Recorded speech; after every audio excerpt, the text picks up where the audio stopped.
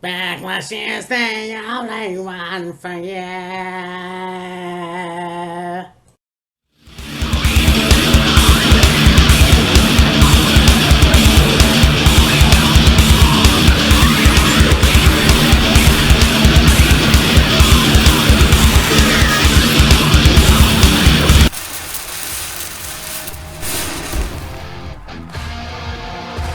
Amy matter. No, I know I just did Backlash 2002, but I figured we'll go back ahead. Probably should have did this one first, but whatever. It's Backlash 2000, so it's not really that much. It's only 2 years, 3 years actually. This was a good show, and I mean, you look back, 2000 for me, I was still a hardcore wrestling fan. I didn't watch it as much as the year before. I did try my hardest, but it was still a very interesting product. And at around this time, it was one of those things where, you look at the Helmsley regime, you look at, you know, DX coming back together for a while. I'm not quite sure exactly when it all came back out, but they did reunite on SmackDown. It wasn't for very long, but that was one of their reincarnations at the time. You still have the whole thing with coming out of WrestleMania 16, which obviously I wouldn't say it was the shits. I just don't understand why they went with that, but it is what it is. And yeah, I mean, it's kind of one of those things where it's cool to see something that you watched for a long time and it evolving. And I was 15 going on 16, and it was like, yeah, the product was still pretty good. I think there was a lot of things that I would have changed, but yeah, here we go. First match, we have Edge and Christian, who defeated DX, which was X Pac and Road Dogg, and this was the point too where you have Triple H breaking off a DX at WrestleMania 15 the year before, and again, not quite sure when they came back together, but there was the point where you have just X Pac and Road Dogg, and it was, in my opinion, DX light. I mean, Tori was still in there. Just stupid to me because when you think about DX, it's either Shawn Michaels Triple H or Shawn Michaels Triple H, Max Pac, New Age Outlaws, or whatever you will. And this was just like, this match, they worked well together. I mean, they double teamed Edge. You have X Pac hit a Bronco Buster. I mean, hell, Edge and Christian worked well together, and they ended up retaining the titles, which I think was a good move. I honestly don't think I could have ever seen, even back then, I don't think I would see X Pac and Road Dogg as the tag team champions. In my opinion, that was always going to be the New Age Outlaws. It was just kind of like something wasn't there anymore. But glad that Edge and Christian kept the titles. This was for the Light Heavyweight Championship, yes. The WWF Light Heavyweight Championship. And you have the man of 1,000 holds, Dean Malenko, defeating Scotty 2 Hotty. And you look at this guy who did very well in WCW. He did some work in ECW, and Dean Malenko was one of those guys I wish they would have pushed more. And I honestly don't know what it was. Like, he could have been Intercontinental Champion easily. Or hell, even the Tag Team Champion. At least he got the Light Heavyweight Championship, and he had this gimmick where he was a ladies' man. Scotty 2 Hotty,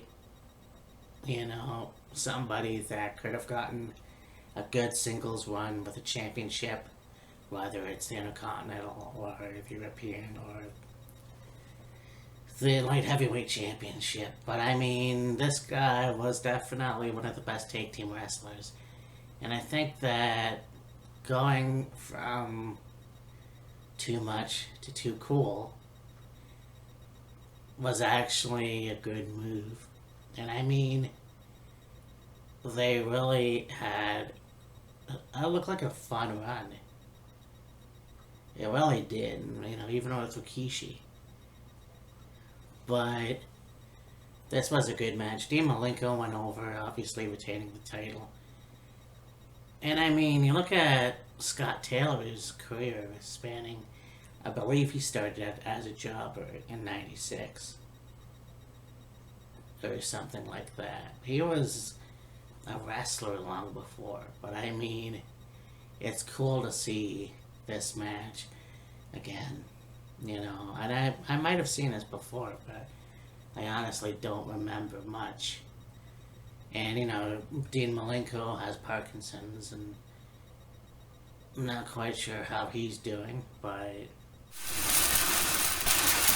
when you have this the tag team match, you got the Big Boss Man and Bull Buchanan, who defeated the APA, which was sure as shit a surprise to me. I mean, Bull Buchanan, one of those guys that started with the Big Boss Man around this time, and later you have him with Right to Censor, you have him with John Cena. It was one of those things where I don't think they had any other ideas for him, and it's kind of a shame because he was a pretty good wrestler, and I think he's what people or what the company would have wanted.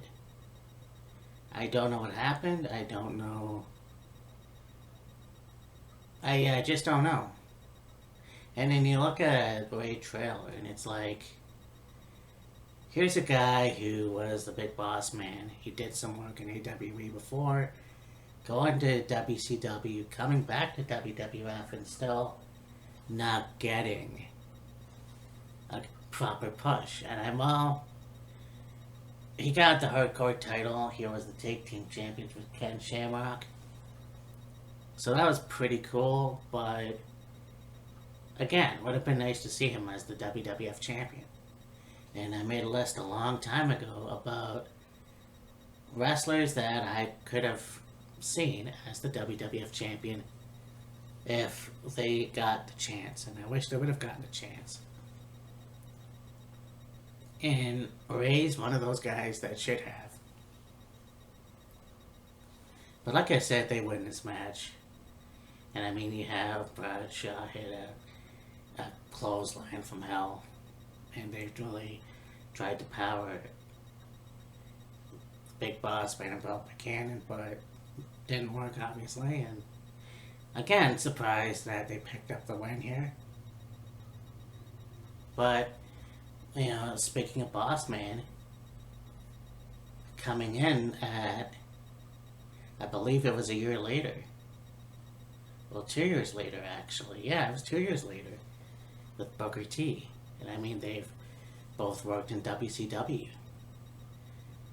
And then, not long after that, getting the release. And like Kurt Hennig, passed away shortly after that. So it was just a shame. They could have used him, but they didn't use him for that title run or something along those lines. I don't know why. I mean, I could probably figure out why, but like I said, to me it was just a missed opportunity. So you have 6-pack hardcore Championship match. And it's Crash Holly who defeated the Hardy Boys, Hardcore Holly, Perry Saturn, and Taz. This match was very cool. I mean, they didn't go all over the arena, but there was a lot of weapons. You have a point where obviously Jeff Hardy jumped off the stage onto the wrestlers. This was actually, you didn't know what was going to happen. And, you could see all these guys as the hardcore champion, but Crash ended up winning. It was kind of like he crawled over, I think it was Taz, and got the pin. But this was still a good match. In hardcore matches, and I made that comparison to the 24/7 championship, and I did say that the 24/7 championship wasn't like the hardcore championship. It was more or less, you can do the surprise roll up and get the win, but I don't know, this kind of was interesting in itself, and I do miss the hardcore title, I really do, and I know that they had one for WCW, obviously ECW, not quite sure other territories that they have had that kind of title, but yeah.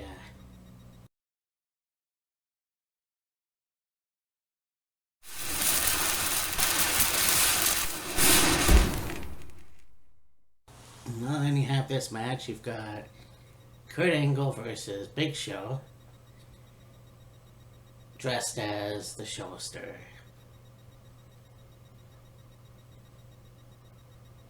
So, yeah, this was around the time where you have Paul White dressing up as different wrestlers or movie characters or whatever. I mean, there was a point where he came to the ring dressed as Fat Bastard. And I don't know if it was a rip. I'm pretty sure it was. It was odd. But that was like 2000 in a nutshell. You go from becoming WWF champion to, well, having a storyline about your dad passing away, which did happen a decade prior to that, but I mean, and then you go from just dressing up as different characters, and I get it. I mean, you have, the fun in WWF and wrestling in general, and that's what the sports entertainment aspect is. So, but this was a good match, and I think Kurt really showed that he was one of the best.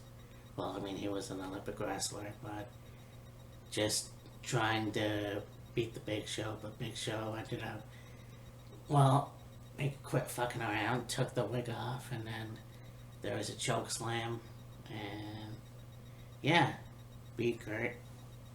So it was not necessarily a squash match. Obviously, it was a pretty cool match, and Kurt definitely was one of the best. Well, yeah, he was one of the best wrestlers in WWF, and I mean, you got a guy that was an Olympic wrestler who comes over to pro wrestling, and he thinks that people should cheer him just because he has the gold and all that. But it was the exact opposite.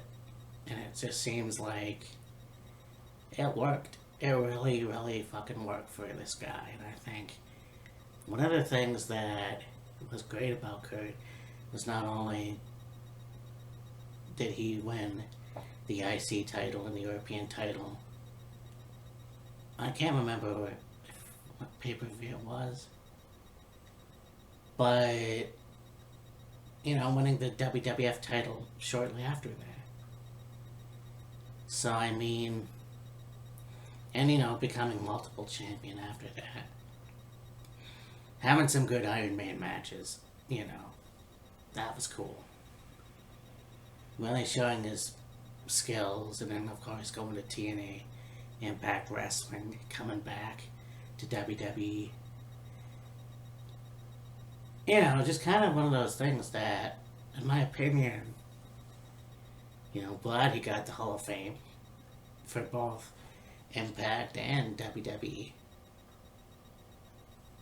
I think, he's going to live on to be one of the best wrestlers there has ever been.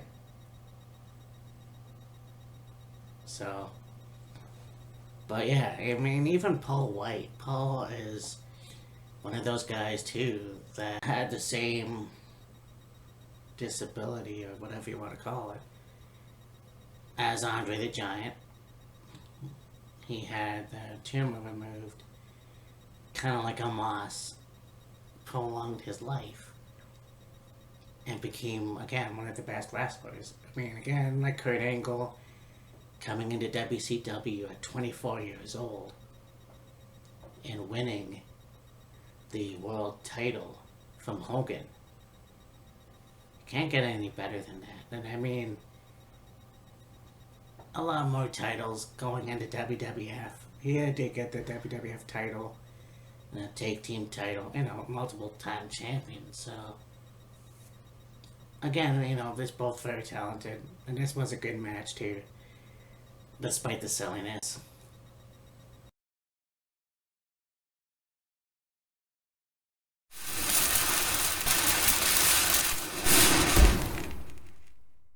This match was cool. You have TNA, Test and Albert, Trish Stratus defeating the Dudley Boys, and this was a cool match. And I mean, watching Raw, and you see Trish coming out with, well, she didn't have the old music that she used to have when she first started, but she had the trench coat and the cowboy hat. Now, it wasn't necessarily the same, obviously, but this match was pretty cool. And you have Test and Albert go over. And I mean, the Dudley Boys came in from ECW, and they did a program with APA, which solidified that they were one of the boys. They could hang. They were mature, I guess.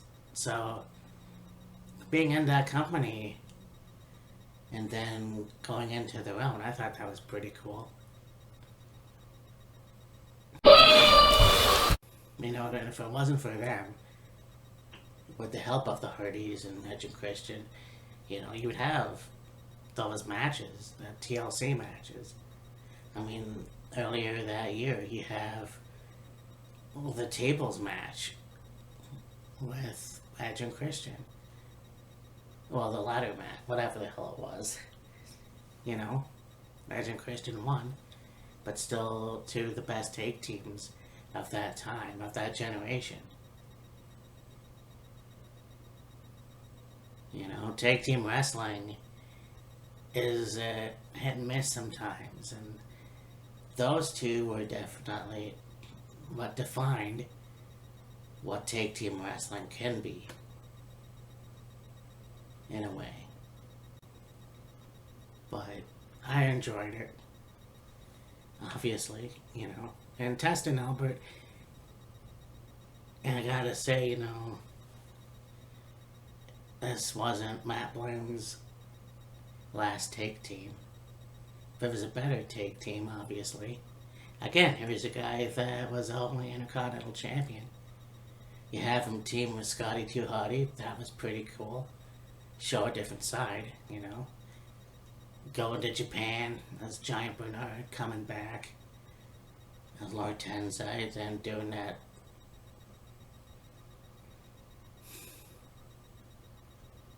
bullshit with Brodus Clay. I feel bad for Matt and George. But anyways, then look, you have Test, who was a very good wrestler, very good strong man, if you will. And I think still such a tragedy that he left us, because there could have been more. And his career in Impact was not too bad, in my opinion. I didn't see a lot of it, but going into the new ECW or WECW or whatever you want to call that too, and I just think that he could have done more, but already the Intercontinental Champion. that was fine. It would have been nice to see what he would do today. But you never know. And that's kind of the thing that bothers me, is you just never know.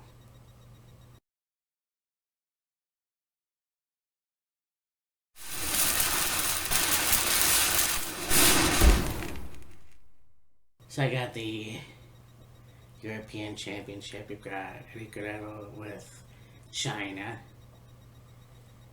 versus S.A. Rios and Lita. And you look at S.A. Rios, and when I first saw their debut, I was like, oh, this is pretty cool, because at the time I wasn't familiar with Lucha Libre or anything like that. But watching those two, and then having Lita, who was ahead of her time. I mean, she really was. You look at somebody who, after a match, would do a moonsault on the opponent. Well, she would interfere too in matches on the outside. And you look at Zelina Vega and the shit that she could do. Well, there's inspiration. And Lita was kind of like the trailblazer for that, I'm sure. You never saw too many valets do anything like that. Yeah, they would slap the opponent, but Lita was much more than that. And then of course Eddie was one of those guys that once he had that car accident, he changed, from what I've heard. And then, having the storyline with China, that was interesting. Never really thought that would happen. I mean, China was one of those women who came into the business as Triple H's bodyguard. And it worked out so well. She didn't talk very much. She was the muscle. She was, again, I said that before and a while ago, but just ahead of her time. That's it. She was just ahead of her time. And that was, this kind of storyline. Like, she had one with Mark Henry, obviously, but this one was interesting. But this was a good match too, and I mean, it was just, I didn't think S.A. was ever going to win a title. Like, I think it was light heavyweight champion at one point, but I didn't think he was going to win this one. It would have been cool. But Eddie went over, retaining. And I think the European title was such a cool idea. And it's really a shame that it ended when it did. It really is, because I thought that they could have used that for years. And once again, I'll repeat myself, when Claudio came in as Cesaro and won the US title, could have converted that back to the European title. But it is what it is, And this was a really good match. But you look at Trish and you look at Lita. So Trish as the manager, and I'm sure TNA had some matches with the Hardys. Shortly after S.A. was gone, TNA broke up, and then further down the line, you would have Trish and Lita. These women were, again, and I'm using that word, trailblazers. They defined what women's wrestling was. And you look at what happened later on when the Bellas got the Give Divas a Chance thing. I mean, 2000, whatever, 98 to like 2004, earlier than that, I think it was, whatever it was, you have the women's title. And then later on it was the Divas title. And then it obviously got back to the women's title. But unfortunately, I never paid attention. I never paid attention to the women's title or women's wrestling. And it was dumb because, I mean, you go from Sherry and Luna, and then you have, like, bra and panties matches or whatever. It was Trish and Lita that really made women's wrestling. And I'm still going to put over the match with Victoria and Trish at Survivor Series 2002, because that match was awesome.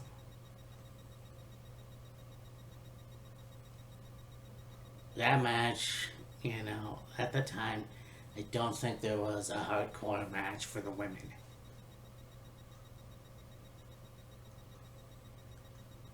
But, it was just a good time. The starting of something that a decade later you would see more of because of one hashtag.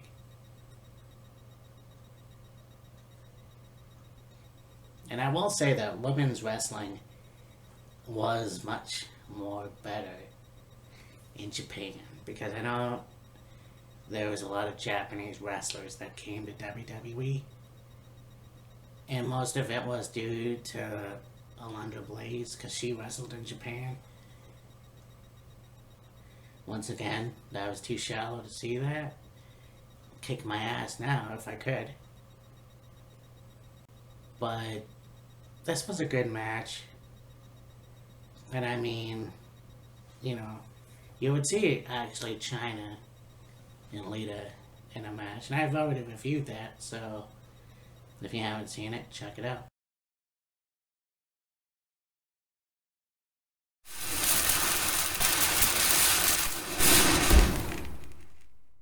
You have the Intercontinental Championship match. You've got Chris Benoit, who defeated Chris Jericho, and this was very good too. Because, I mean, these are two guys that worked well together because of the history. You have them, well, I don't think they were together in Japan. Mexico, you have ECW, you have WCW, although I think, again, different times, but they were in WCW. The matches they had when they came to WWF, especially for the Intercontinental title. I mean, they had one hell of a match at the Royal Rumble in 2001. So this was a good match too, and it ended on disqualification, unfortunately, which pissed Chris Jericho off, and he put one of the referees in the Walls of Jericho, or Lion Tamer. I mean, back then the Walls of Jericho looked like a lot more painful back then, but I guess it was the Lion Tamer, I don't know. But luckily it didn't end their feud, because again, they would have more matches together. So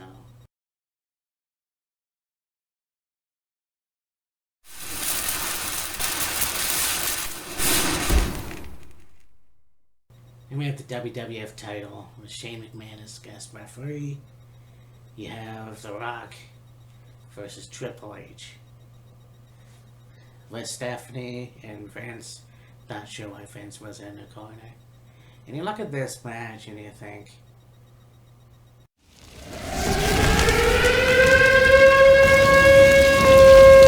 this should have happened at WrestleMania. For some reason, we had to have McMahon and Mania.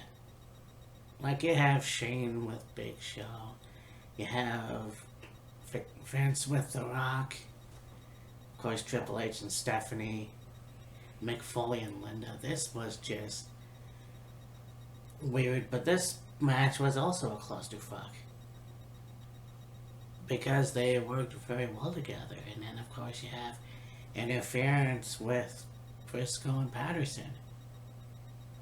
And then you have interference with, Shane, obviously. A little prick that can't do the 3 count, and he's got his stall. Then of course Linda comes out. She gives the distraction and stuff for The Rock, obviously. And then that doesn't work, and then you get Stone Cold Steve Austin coming out. And then he interferes. And then that gives The Rock the win. So, you go, okay, The Rock beat Triple H, because for years I thought, okay, I'm not sure why I thought this, but Triple H was the one that went over on The Rock quite a bit. But I mean, you have that match with Intercontinental Championship on Thursday Night Raw. And then, of course, there's this match that The Rock beat Triple H for the WWF title, but you had a lot of interferences. And then, Austin and The Rock tossed him for the win. All that stuff. And it was like, it couldn't just be one-on-one. And I know they've had other matches. And I'm pretty sure The Rock did win maybe another match. But it's kind of like, on one hand you go, okay, The Rock beat Triple H for the title. But then you go, well, he did it with help. So, you can't necessarily win either way, I guess. I don't know. It was a very good feud, and I wish that if they could wrestle again, that they would have wrestled at a WrestleMania. And I don't know, like for me, that would have been a dream match for WrestleMania. But this was a good match nonetheless. So that was Backlash 2000, and again, a year that I was a hit or miss watching it. So, but this was actually a pretty good show. You look at what these two would have become in years to come. Like, obviously, Triple H's career would pick up. The Rock's career would pick up. Hell, Steve Austin. So, I mean, and by the way, I think this is when Austin returned and helped The Rock win. But then you have, the comedy aspect of it, sports entertainment, if you will, with Paul White dressing up as the showster and all that stuff.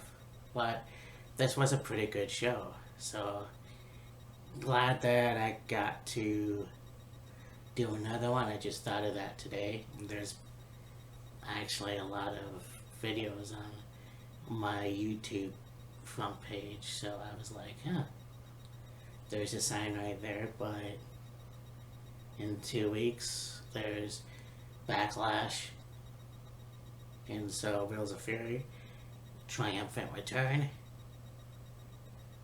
and yeah, we'll talk to you then, in case I think of another video. Right. Bye. So that them cutting WCW was a long time coming. But I think that there's this myth out there that Jamie Keller that's why he took pleasure in cutting WCW. I don't think that's the case at all. Because if you look at some of his earlier interviews, like